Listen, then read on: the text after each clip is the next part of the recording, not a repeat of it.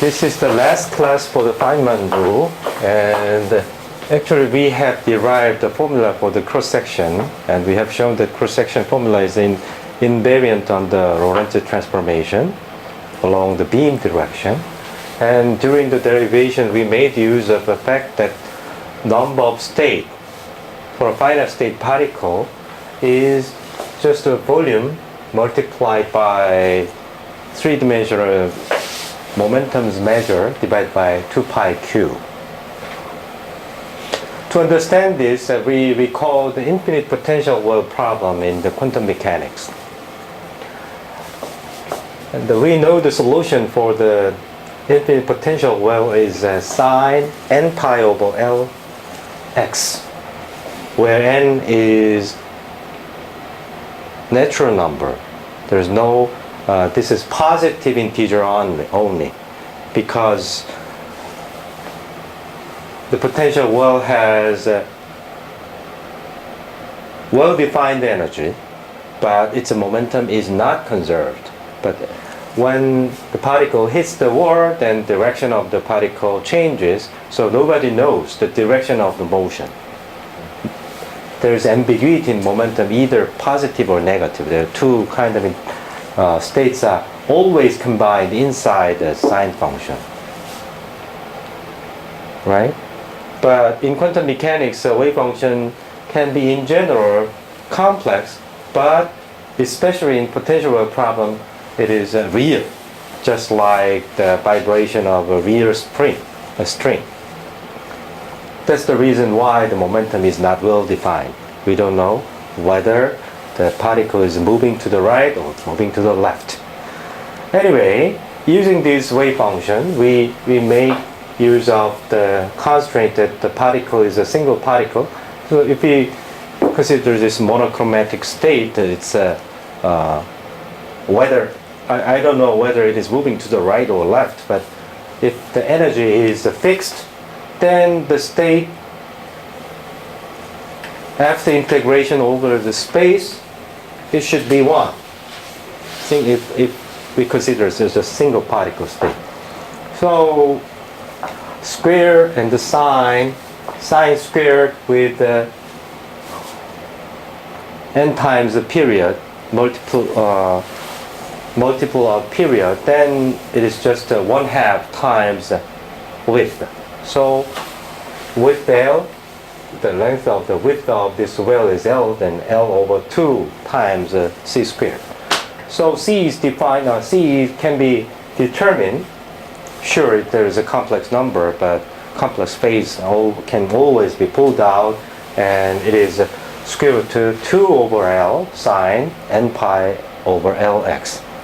If we increase the number n large enough, then the state, even though the states is quantized, but if the momentum is very large enough, then this one can be treated to be continuous number. Okay? Considering the fact that L is very large, and if you increase n one by one, then it can be some countable, but it is some can be treated as a number that is continuous. So from this we can count the number of state actually. Okay? That number of state can be just found, for example, if you allow the range of energy, then what is the energy of this particle? H bar squared L squared n squared pi squared. If you give some range of energy, then you can count the number n that is within that range. EB or EA, something like that. Then you can count the number of states. But what we are considering in our case is not a particle that is bound, but it is a free particle. For a very short time, it has an interaction, but what I consider right now is that this finite state particle that is free. So let us come back to the free particles equation of motion. Free particles equation of motion is, what's that? Klein-Gordon equation. So it gives, if I substitute this, then what I find is k0 is a square root m squared plus k vector squared. In that case, I can use this. So if I square this wave function, what I find is the exponential factor just cancel. The exponential factor is modulus is just 1.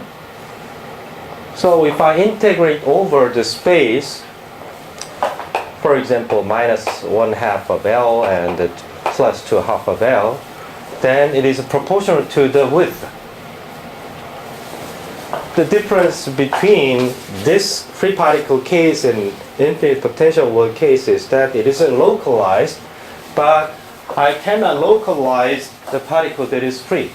Free particles wave function survives from minus infinity to plus infinity.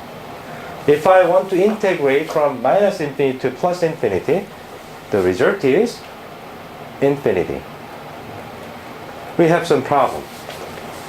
But I assume I throw a ball and ball is flying. I throw a ball. So how many balls is there? There's only one. So I'd like to keep the normalization of the wave function so that the integral of this particle's wave function absolute value integrate over the space must be 1. A simple trick is that just give the periodic boundary condition so that its value returns the same point. I have half of L minus half of L. The reason why I have chosen central point to be 0, I am standing here and I have large enough L, and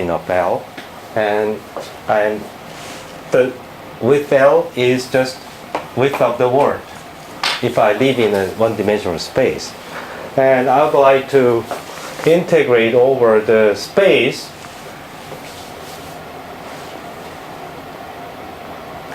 If I make a periodic boundary condition, then this point is connected to this point.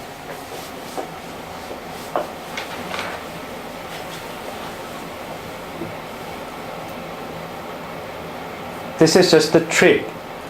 It is not really fundamental.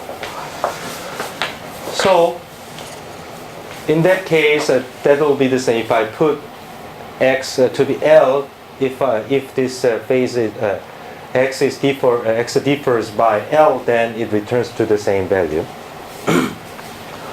Anyway, if I make use of this trick, then dk is just 2 pi over L times dn. If n is just, actually n is 1, 2, 3, 4, something like that. So then I can count the number of states.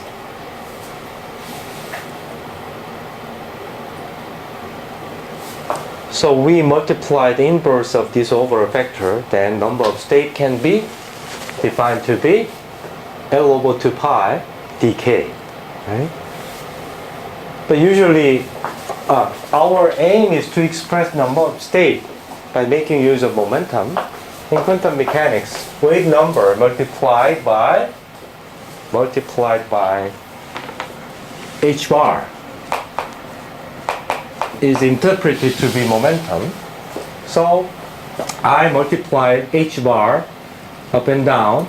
So denominator becomes 2 pi h bar and numerator becomes dp. In 3 dimensions, this is true for xyz space. Then just combine number state in x, y, z directions.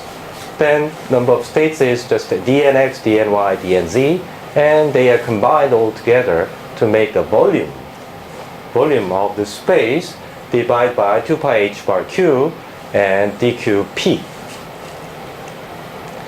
But here we find that there's some contraction. Once we boost this particle, there's contraction. Length contraction gives this number of states not invariant. So if we consider the previous result that this guy, dqp divided by 2e, is invariant under Lorentz transformation, remember, right? And dqn, number of state, is just redefined now to be volume. Now this volume is the volume before contraction multiplied by dqp divided by 2 energy. But we recall that the number density of particle, that is what?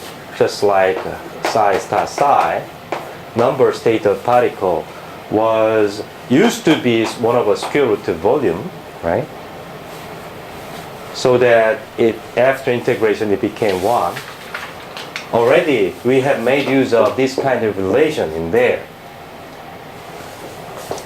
But we redefine, this is phi, proportional to, and we redefine the number density to be, over vector to be 2 times energy. So that number density phi star phi is 2e over v. Remember? Actually, this integral is defined only if after multiplying the number density coming from the wave function squared. If I combine those factors, then I have V0 over 2e, V0 over 2e, but in the rest frame, energy becomes a rest mass. That number density came from this psi star psi is 2 times energy, that is rest mass in the rest frame, divided by volume before contraction. The final result is just 1. So actually relativistic normalization is the same as non-relativistic normalization. And then if particle is moving when p is non-zero, this factor becomes a 2e over v0, and this factor v0 over 2e, they cancel to make 1. So actually they are the same if we consider everything all together. That's it.